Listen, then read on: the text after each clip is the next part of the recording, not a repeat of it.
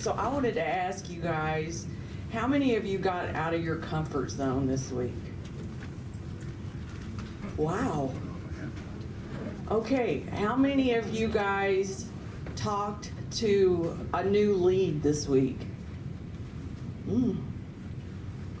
How many got a new customer or a new account? Holy cow, you guys have been busy. How about any repeat business that came on? Oh man. Okay, this group is just always a busy bunch, and congratulations. We consider this to be a safe place to be uncomfortable. So if you ever want to get uncomfortable here and speak to our group, we have a sign up online that you can use. If you're not getting our newsletters, be sure and let me know after coffee, and we'll get you on the list so that you'll know the speakers that are coming up, and then you'll have a chance to click on that little button and say you'd like to speak. Today we have Stacy Tamerius from Nebraska Bison, so we're excited to hear about that. We have Jane Miller here also, who's the owner of Nebraska Bison. So before we get started, then we'll introduce ourselves and tell everybody a little bit about what you do. So we'll just start right here. I'm Steve Hawkins. I'm with Image Inflators. We provide signage for all kinds of businesses, all kinds of signs, flags, banners, and so forth. So, I'm Cindy Card. I am a Focus Suite tenant. I'm over in the corner. My business is Performance Downloads, and I'm excited to say that on Sunday I launched my Bucket Biz website. So I actually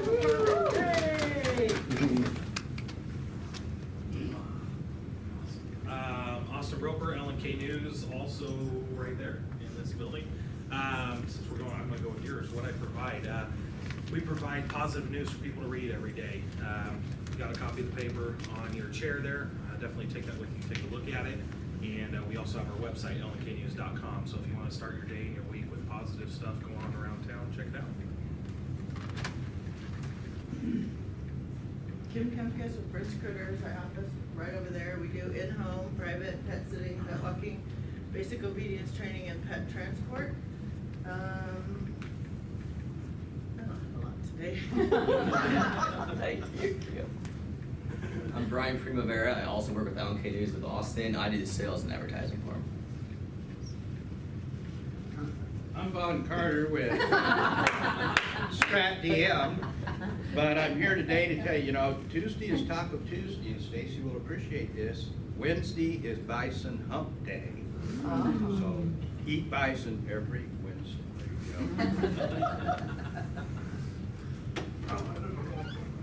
go. That's a hard act to follow. I'm John Radway. I have two businesses, Legacy Dynamics, and you talk about the product. I can help you change your lives in terms of your business focus and direction and your strategic planning. And then in addition to that, in my spare time, I'm the development director for the Messiah Foundation. Hi, I'm Wendy Beinheck. I own Italian Fusion salad dressing and dry rub company, sold in all the basically stores around here except Walmart. I'm Scott Fletcher. I actually represent two different companies. The first one is Lease Genie. We provide leases for companies looking to buy equipment for their businesses or working capital loans.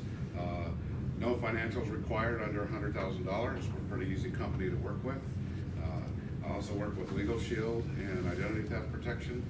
Legal Shield has a new product now called Launch, which will give you an inexpensive way to form an LLC or a corporation. Starts at $145, on up, depending on what you want to do. So between the Legal Shield and the Lease Genie, we could be almost pretty close to a full-service company for a business that wants to get started or wants to expand their business with loans to expand their business. I'm Chuck Clark with ABC Insurance Solutions. We specialize in life and health products for individuals and group. Currently working with two large groups in Lincoln hybrid, long-term care products that are provided through life and annuities. Quentin Farley, I'm with the Nebraska Business Development Center, PTAC, and I assist companies wanting to do business with the government, help them navigate the registrations and solicitations. So if you're interested in doing business with the government, come see me. I'm Stacy Carlson. I have an office over here with Medicine Lane. I'm also the entrepreneur and resident for the Medi Suites. I help companies with their operational management, but I also do one-on-one training for MailChimp, WordPress, and Shopify. Morning, I'm Mike Stoley. I'm one of the co-owners of a company called Work. Work is a Lincoln-based contract furnishings manufacturer. We make furniture for collaborative people at places of work. W-E-R-K. Yes, W-E-R-K. Brad White, Star City Programming. I do general contractor for IT projects. Small companies, nonprofits don't have their own IT department. They need software, but they're putting it to. Hi, Jody Fannin here, professional jewelry stylist, and Shelley is wearing some of our product today. Isn't she looking lovely? And these earrings, they come in 3 colors, so you get 3 for the price of 1. Okay, so it is my pleasure to be able to help women get that more professional look, that stylist look, so that they have better self-confidence. I'm the excuse that they have to have that much now needed downtime with friends, okay, friends jewelry, really not chocolate ladies. Time. And I also have the pleasure to be able to help them own their own business, which they can work in their own time, with where they earn 50% with no quota and no inventory. So again, Jody Fagan, professional stylist. I'm Shelley Leland. I am wearing Premier, but I'm not a jeweler. I actually have 2 companies. I am with Guardian Angel Life Services, not to be confused with Guardian Angel here in Lincoln. We do guardianships, conservatorships, and representative payee work for folks that are disabled across the state of Nebraska. I'm also with Plexus Worldwide, which is the health and happiness company. We're a plant-based supplement that focuses on the root of your health issues by focusing on your blood sugars, gut health, and inflammation. Shelley Leland, Guardian Angel Life Services, and Plexus Worldwide. Good morning, my name is Janet Peterson, and I have a home-based business that I can help people save money on things they have to buy every day, whether it's for your home or for your office. And I am also a realtor with South State Performance Realty. If you have a house that you'd like to sell or buy, let me know. Or if you want to save money or earn money, let me know. My name is Braden Nielsen. I'm a financial advisor with Waddell & Reed, helping people plan for retirement, kids' education, life, long-term care, disability needs, help plan for individuals and for businesses.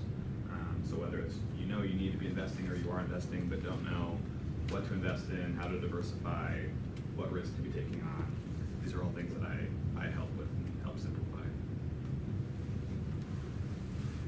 Mark Camerzell, I'm with Principal Financial Group, so I do pretty much the same thing that he does.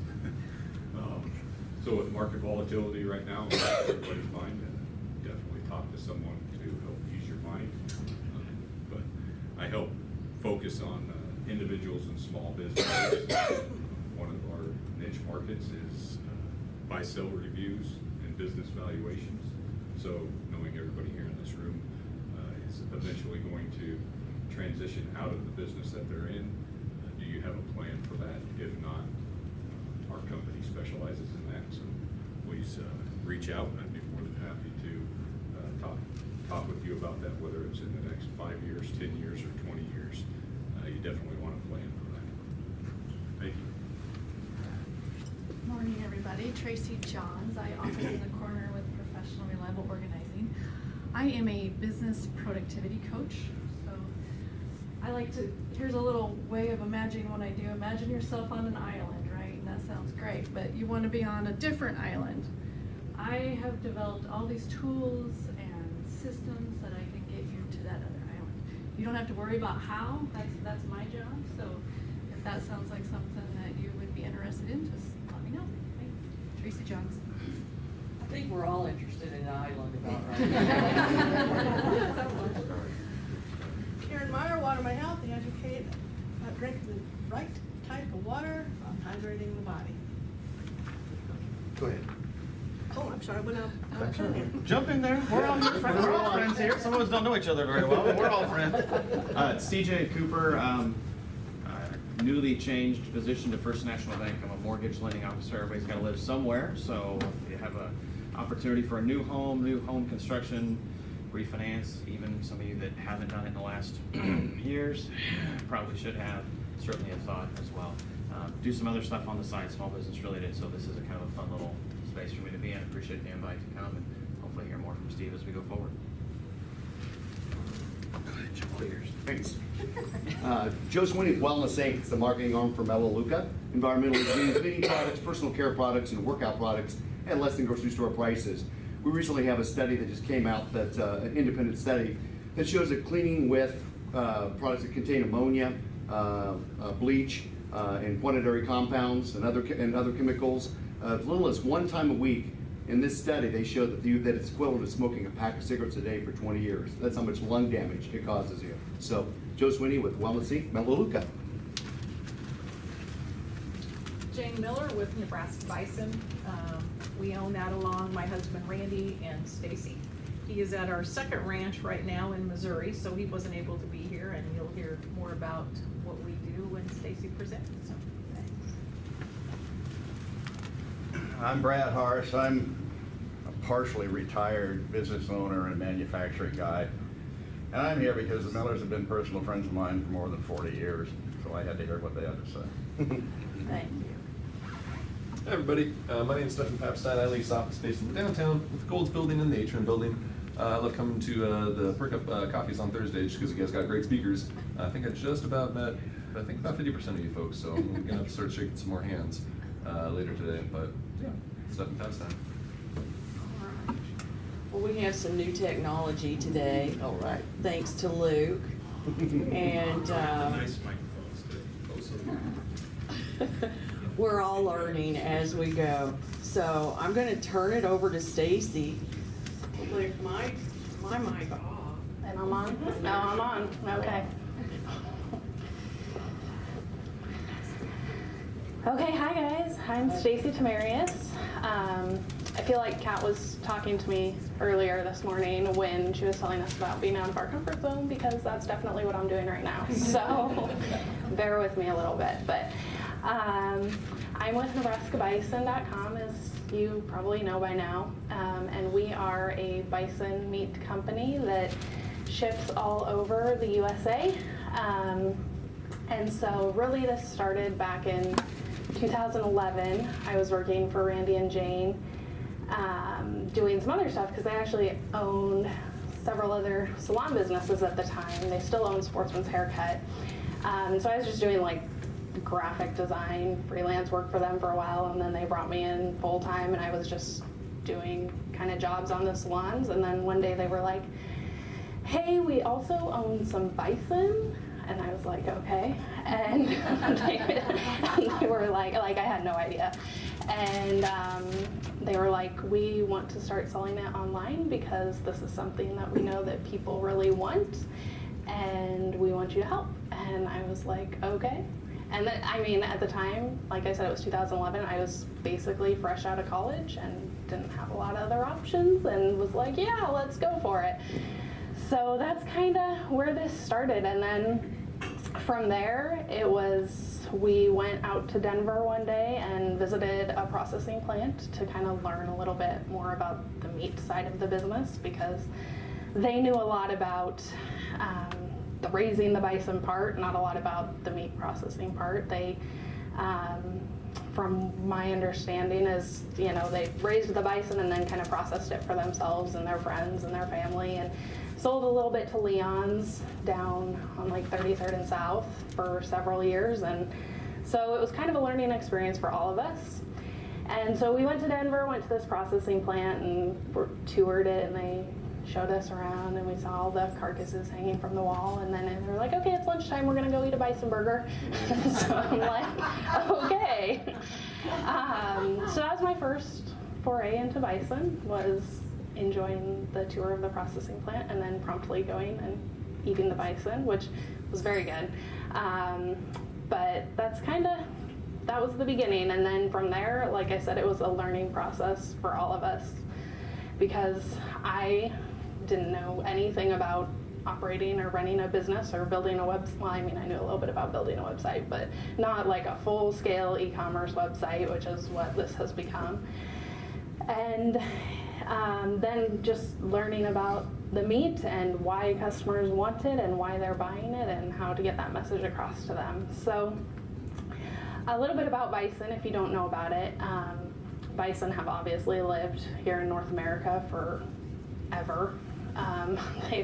They are indigenous to North America, so they're in the USA and Canada. They're actually not buffalo, despite what you may think. Buffalo actually live in Europe and Asia and Africa, and are like water buffalo, which when you see them next to each other look quite different from the American bison. But we call them buffalo, so it's okay. But anyway, so the bison are indigenous here, and they have really been built to live on the plains in these harsh winter conditions and the hot summers, and they've just evolved really well to that. So one of the main things is they don't require a lot of maintenance like cattle. They calf on their own. That requires no interference or anything, but there's obviously Randy and Jane spend all their time on the ranch, and it's a lot of work too, but it's very just kind of hands off, let them do their thing, and from time to time they have to do their thing. And now that's not my side of the business, so if anybody has questions about that, Jane is here to answer. There's plenty of questions about that. But so the other things about bison are they're primarily grass-fed throughout their life. Because they're not handled, they're just a low stress, no maintenance type thing. They don't receive antibiotics, they don't receive growth hormones, they don't receive steroids. They're just, roaming the ranch for most of their life. And so in turn, because of that and because of the way bison are built, where if you've seen a bison, they have these great big heads, and that big hump on their back, and they're all muscle, like all muscle. So they're very lean, very low in fat, and so bison's actually healthy for you. So it's a healthier red meat option that still tastes pretty close to beef, which is an awesome thing to sell because the only downside really is the price point. Because you have all those natural benefits, you have the taste, and it's good for you. I have a lot of customers who can't eat beef anymore for whatever reason. Their doctor told them they can't. Some are allergic to beef and apparently can still eat bison. But yeah, it's that healthier choice. So those are kind of the benefits to bison. And that's why there's such a huge demand for it right now, and the demand is growing every single year. Thanks to things like the National Bison Association, which Vaughn can tell you about because his brother is pretty involved in that. But it's a pretty close-knit group of producers who actually have really focused the last, I don't know how many years, several years, ever since I've been involved, and even longer, on promoting the bison industry to consumers, which kind of makes way for us to come in and say, you want bison? That's great, we have it. So then that brings us to about 2015. We have our website, we're growing every year, getting lots of new customers, and then Randy and Jane came to me and they said, well, we think we need to kind of expand our offering and expand our business and diversify a little bit, so what do you think about adding things like grass-fed organic beef and elk? And I was really nervous to do it at the beginning and fought them for a little while. But we did it, we took the leap. And so now we actually have expanded into a second brand as well, which is Good Life Premium Meats.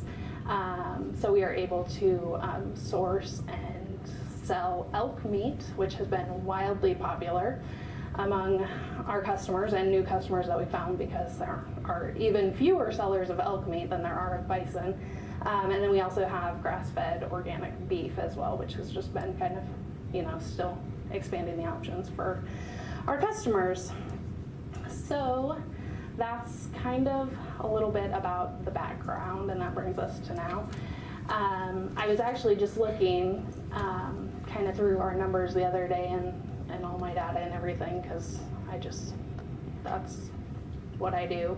And I actually noticed that the term bison meat get, in the last 28 days, because we show on the first page of Google for bison meat, which let me tell you took about 5 years on its own, 11,000 searches just for bison meat on Google, only on Google. And that doesn't even include things like bison steak or, those more detailed searches too. So the demand is just, that just number has been growing too. So as far as when Steve kind of was talking to me about doing this, he said people like it when you talk about the challenges you've had. And I can tell you, as a meat-based online business, that is just my life, is one giant challenge. So I have a lot of those.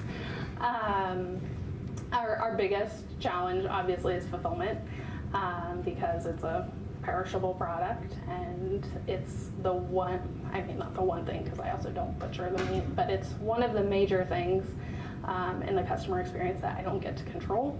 I have to depend on third parties to help me with that, which has been a nightmare most of the time. And in terms of cost as well, because obviously, it's not just putting everything in a box and shipping it out the cheapest way. It's putting everything in a styrofoam cooler with dry ice in boxes, and then sending it in a way that'll get there in 3 days. So the cost is high, which luckily I'm one of the few businesses that, in the e-commerce game, a lot of people will tell you have to have free shipping. Amazon does free shipping, and so you can't not do free shipping. I'm one of the exceptions to that rule, and most of my customers understand that. And even when they hear, oh, you have a $15 flat rate, that's surprising, and that's a great deal. So I'm one of the exceptions to that rule, luckily. But fulfillment has been one of our challenges. We've gone through several different companies where we've had to really kind of reevaluate our operations and figure out what needs to change, how can we make this better, and improve our negotiating up front, and knowing what kind of questions to ask has been a learning process, because the first time we just went in and had a company that we found and just went in and basically asked them all the questions of what do we do, instead of knowing this is what we need and how can you help us and make sure we're both getting this. The second time we were a little bit better. We're on our third time now, and I feel like this time we were much better prepared and ready to move forward with that. But it's one of the kind of learning process things, is just knowing what questions, doing your research as much as you can ahead of time, and then when you get yourself in a bad situation, just kind of learning from it at least. But so that's one big challenge. The other, kind of from the get-go, like I said, this was all a learning process for all of us.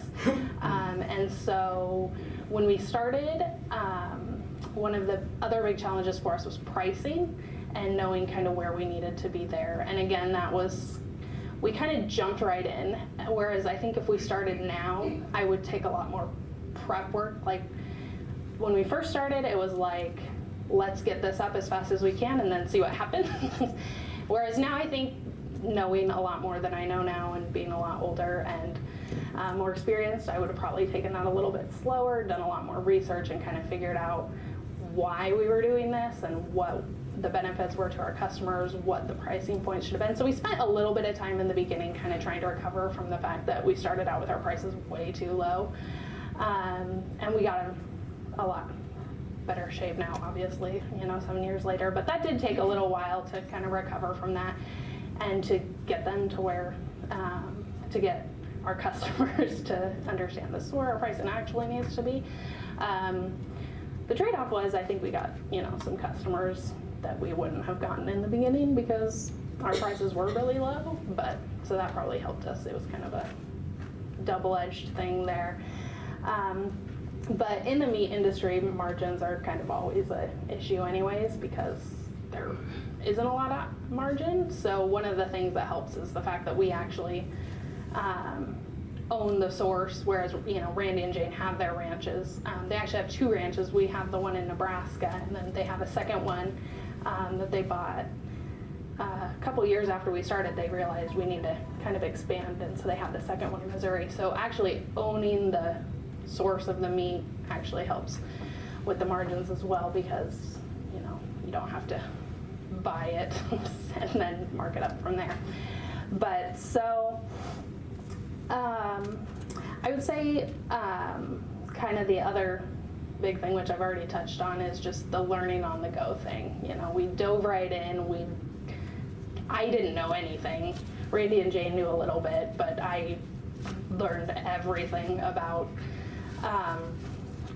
customer service, handling that type of stuff, learning about the fulfillment, learning about the butchering process, learning about the e-commerce and what makes a good e-commerce site and all of that. And that's something that I just, over these past 7 years, has just been continually learning, because that's obviously something that's always changing too. But so that's also been kind of one of our things that's been a challenge, has just been, we started from scratch. We didn't have that experience in knowing what we were doing necessarily, and that kind of slowed us a little bit at the beginning too. And I think we're finally getting to that point where we kind of know what we're doing, and we know why the customer is buying from us, and so that we're able to kind of be over that hump. Which leads me to another one of my last little, it's not really a challenge that I wrote down, but it's more of like an embarrassing kind of failure story, which has a good ending. So because of all of this and the fact that I was doing all of this and not really, probably a little overwhelmed, or a lot overwhelmed, but there was this guy who has a YouTube channel, and he's right here in Lincoln. And he would comment on all of my Facebook posts. He would comment on all of my videos that I posted, because I post some really terrible videos on YouTube. And I never even was like, I should see who this guy is and why he comments on everything. Like, his name didn't ring a bell or anything. And I just never did. And it was like over a year that he was doing this. And then finally one day, it was like I was at home and it was night, and I was just, browsing the web, and it's like, who is this guy? I'm just gonna see him, because, turns out he has a YouTube channel of like 11,000 subscribers, and he had been getting our product over at Leon's and making videos about our bison meat on YouTube for his 11,000 subscribers, and I had no idea. Just no idea at all. Like, he was this huge product ambassador for us, and I just was completely oblivious to it. And that was, a pretty awesome discovery. I felt really, I messaged him right away and apologized and told him how embarrassed I was, and that I spent all night watching his videos. He had got our hot dogs from Leon's and had several videos about them, but one of them where he called them $1 million hot dogs and had a recipe for his hot dogs, and his videos are great. And he does all these, so, it was one of those things where I'm like, I should have been paying more attention, and caught this earlier, but luckily I was able to. I have a great relationship with him now, and when we release new products, I actually am able to send him the product, and he's able to help us release them. He is up to 15,000 subscribers now. So he was just happy to, be promoting bison too, and because he obviously loves it, and thinks it's cool to get other people to know about it. And so he helps me release some of our products. And this past summer, when we got a whole bunch of new sausages, he did some videos for that. And so so that was kind of one of those happy accidents that I even found him, because it was just kind of ignorance on my part, but so that's another one of those things where it just, it wasn't something I was necessarily sitting there looking for, but should have probably found. So and then I just kind of jotted down some of what I've learned over the past 7 years, because I can't believe it's been that long, to be honest. It still feels new to me, but 7 years, it's not new anymore. But my biggest thing that I've learned, and my biggest piece of advice to anyone in any type of business, is just that you always have to be learning.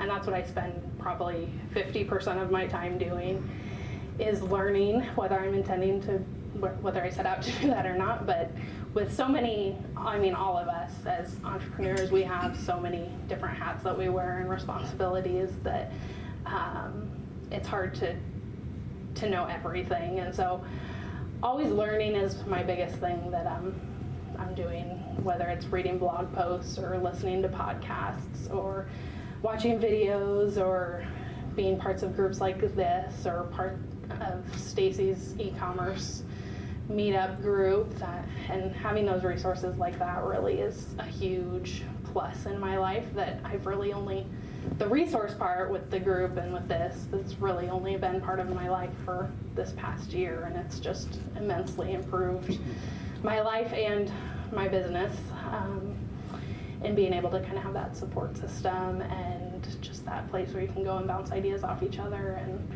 learn some new ideas too. So that's something, I mean, you're all already doing for sure since you're here, but, and then another thing is just celebrating the wins, even like the little tiny ones is so important. Even if it's just with yourself, just taking that moment to just be like, yay, I did it. I think that's just really important because you spend so much time in that grind and so much time, me with my face just buried in my computer, that when those little things that I've been working hard towards or not sure about happen, or it's just worth celebrating, I think. So that's my other big thing. And then another one that I kind of picked up from Randy and Jane is just that it's important to work with people and seek out people who know more than you do about different things and ask a lot of questions and then listen when they're giving you the answer, and kind of whether their advice is what you need to hear or not, you know, that maybe be another situation, but really just kind of seeking out the people who know more than you do is sometimes a hard thing to do, but I think that's one of the other most beneficial things you can do is really just do that. And that's something that, like I said, I've learned a lot from Randy. He's one of those people who, whether it's about the butchering or about whatever it is in the business, he finds somebody who knows about it and then asks a lot of questions and then listens to what they have to say. So that's another one of the things. So that's kind of my little pitch and discussion. So if anybody has any questions, oh my God, okay. I think your hand was up first, so. Where are the grass-fed cows ranging at? Do you have to worry about someone ever stealing a bison? And what is your pound price for the grass-fed hamburger? And can that be purchased here in town? Now the grass-fed beef is a little bit different than our bison operation because we actually source that through our butcher. It's not something that we actually are raising like we are with the bison. So that is exclusively online. And that one we sell in like 4-pound boxes for, I think, about $49. So it's a little bit cheaper than the bison. And it is, like I said, it's not raised by us, it's just sourced through our butcher. How about grass-fed steaks also? Can you get that through that? Yep. We have the grass-fed. We have just a small selection of the steaks. We have a New York strip, a top sirloin, and a filet mignon, and that's all online at nebraskabison.com. And then as far as the bison, they do sometimes get out, but it's really with bison, from my understanding, and Jane can correct me if I'm wrong, is as long as the bison are happy, which means they have the space they need and the grass they need and room to roam. They don't like to stay in one place for very long. As long as they have that, they're gonna be okay. Kind of with the fencing system that you put in place for them. Obviously your fencing system is a little bit bigger and higher than it is with cattle. But as long as they're happy, they don't really have any reason to get out, although sometimes you will see on the news, and Randy and Jane have had it happen. Is it barbed wire that'll keep them in, or electric fence? What do you have to do? I think you can do either. You can do, in Missouri we have 7-strand barbed wire, but we're very, very remote. Okay, so we don't have to worry about them jumping the fences per se. Because bison can jump, if you didn't know that. They have a vertical jump. They do.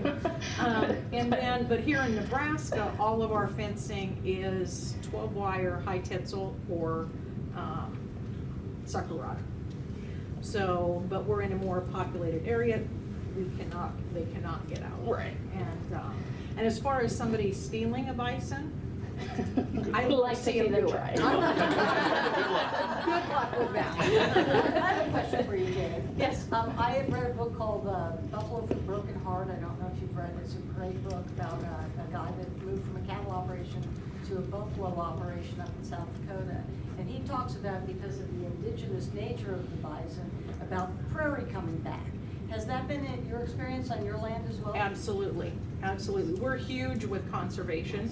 And actually, a bison is so much different than maybe horses per se. They actually, as they move across the ground, it's a whole process. We do paddocks, so they move from one to the other. They're not on one paddock very long, and it's amazing how it regenerates. So you're saying the Colorado buffaloes are misnamed? They are. The state bison are correct? That would be correct. It's actually, it happened, so the scientific name for bison is bison. That's the species. But when, the settlers came over here, back in the day, they saw the bison and thought they looked kind of like buffalo, so they just called them that, and it kind of stuck, and it's obviously in our folklore and all that, so. Well, it was because Bison Bill Cody didn't like those. No, but that never would have stuck, so. I mentioned the bison is now the official United States mammal. It is, and I have it on my shirt. It's our official mammal, so, yeah. I always read in history books back in the day about there being such a huge population of bison, and then when the more settlers came through, there was more of like an extinction that was going on from shooting. How's the population starting to rebuild, or is it back? Yes. Well, it's probably never going to be back to where it was, and it obviously has the really sad history of where people just slaughtered the bison as part of trying to get rid of the Native Americans and just trying to get I've read that some of them were slaughtered literally just for their tongues. And you see those pictures of all the bison skulls just on top of each other. So there were millions, and then it was almost none. And it was actually Teddy Roosevelt who kind of saved them initially by building that small conservation to save them. Right now they say in North America, so between Canada and the United States, there's about 500,000, which is a huge win for, the herd is growing, and I'm not sure what year they're shooting for, but I know the National Bison Association is trying to get it back up to 1 million. And this is all in large part to the fact that ranchers like Randy and Jane took a chance on bison and wanted to grow a herd. They have tons of, a lot of bison and have been growing a herd for many, many years. They actually started in the 90s. And so in large part to ranchers who saw the demand for the meat or just were interested in bison and wanted to kind of preserve a small herd for themselves has really been behind growing the herds back up to those numbers. So. How big are your herds? I don't know. What are you at, Jane?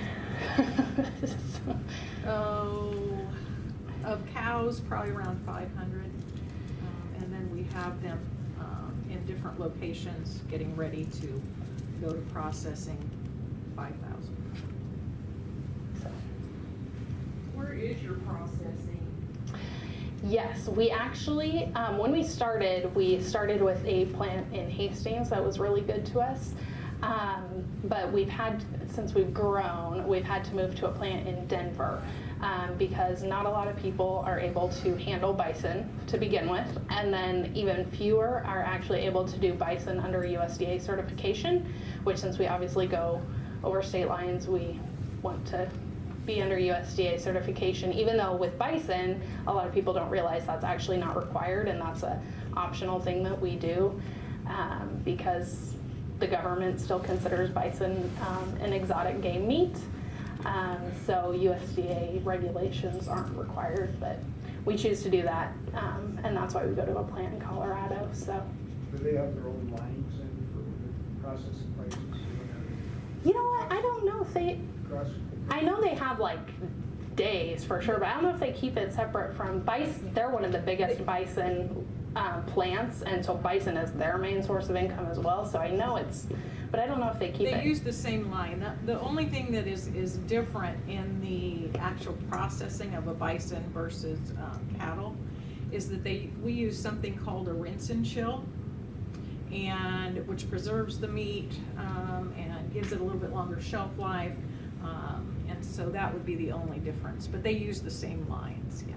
So, and one thing I didn't mention is that if you're not familiar with bison, it actually comes in pretty much all the same cuts as beef. So it's something that even if you're not familiar with, you kind of can get started in a way that you're familiar with it, because you get the steaks, you get the roast. Like I said, we even make sausages and hot dogs that are all bison, and burger, obviously. So there's a pretty huge selection of what you can get. Yeah. I just would add to that, having had the benefit of having Randy and Jane's ribeyes, bison ribeye, it's a very good piece of meat. You'd like it. It should, I mean, if you get the right stuff and if you cook it right, it should pretty much be the best steak you've ever had. So. So you obviously, I'm guessing, you know, the majority of the e-commerce side Yes. should be in your website and things like that. Where do you see the most of your bison meat being shipped to? Florida is a huge state for us, and California, and New York is kind of up there, Texas.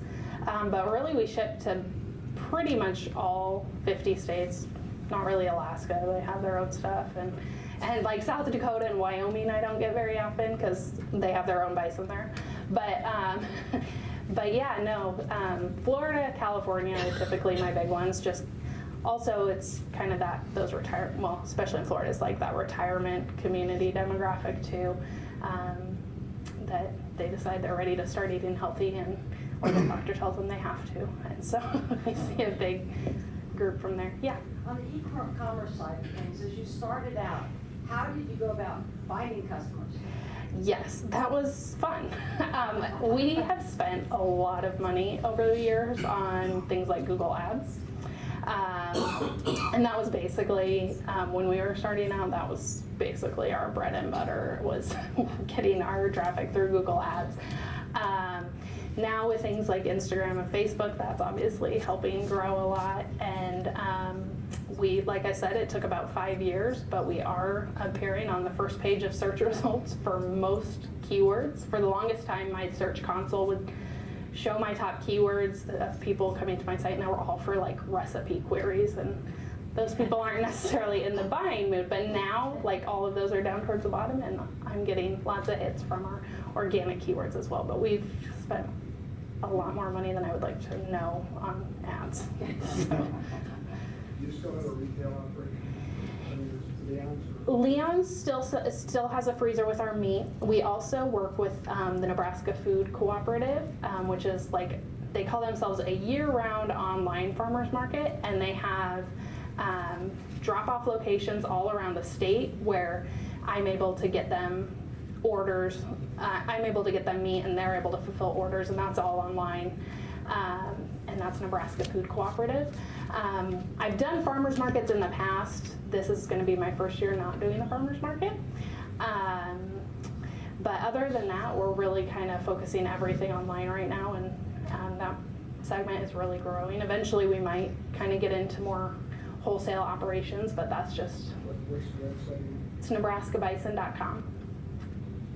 Pretty easy, so yeah. How'd you get up on the front page of Google? Was that just from having the ads and wearing it down over time? It was a lot of patience and hard work and a lot of blog posts and a lot of optimizing my pages, my product pages, my home page, my collection pages, all of those. My product pages, one thing that I think has really kind of helped put me over the edge is a lot of people don't spend a lot of time on their product pages and actually writing the descriptions and adding all that extra content. They say that for like blog posts, you're supposed to aim for like 1,000 words to get it to show up organically. And so I've done that with my product pages, and my product pages have a lot more text on them than most. And I've had to do it I've had to go in and format it in a way that still makes it a good product page, but still allows all that text to be on there. So that was part of it too. And then adding video. Google loves it when you have different kinds of media on your pages too. So we obviously have the pictures, we have the text, we have reviews. Reviews have been a big part. And then we have videos. We kind of have all those different types as well, which has finally, I think, that's what set us over the edge. Yes, we in the beginning we had a couple firms that we tried to work with that we found through various ways, and we'd work with them for a little while, and then they would disappear when they realized they were not being successful for us. And so it kind of ended up being on my shoulders and figuring out how to get them up there. And So did your friend that does YouTube help you get up there too? I mean, probably, because he was posting all our links for so long. And so yeah, so all those things like that helped too. So yeah. Yes. Is there a demand for, when you're butchers, or demand for the bison head? That people want to buy that head to hang on their wall? What do you, We get calls about that every once in a while, and we're actually going to be, we've talked this year about experimenting with the skulls, because every once in a while we do get a call about the hide or the skull. And right now what we do is we just sell that back to the butcher, and they do whatever they want with it. But this year, next year, sometime we might actually be experimenting with trying to get those skulls too, because it is something that people ask for. So, yes. How long does it take for a bison to be slaughter ready? To be what? From a baby to be butcher ready? Yes, it's about 3 years, 2.5. Less than 30 months. Less than 30 months. So, yeah. So part of the husbandry thing, and I don't know who can answer, but part of the husbandry thing is you can't let a baby mate back with the steer. So how do you run that so that you don't end up with lots of inbreeding? If you sound more hands off than a cow. Mm-hmm. So I'm just kind of curious. We pull all of our bulls from the cow herd after a certain point. And then as far as inbreeding, we sell all of our calves. So we have one cow herd that and then every once in a while we will replenish that from outside with another good genetic herd. But there's no inbreeding. I mean, because we pull our bulls, and that's what across the industry. That's what the industry does as well. Other questions? I will tell you, like I said, Nebraska Food Co-op or NebraskaBison.com is a good way to get our meat if you want. I also brought some samples today for everybody if you're interested. Usually I bring jerky to something like this, but we've had huge production issues with our jerky, and I haven't had jerky since the fall. So instead I made some pulled barbecue bison roast, and it's back in the kitchenette, and there's some little sandwich buns that you can help yourself if you'd like to try it. Yeah, so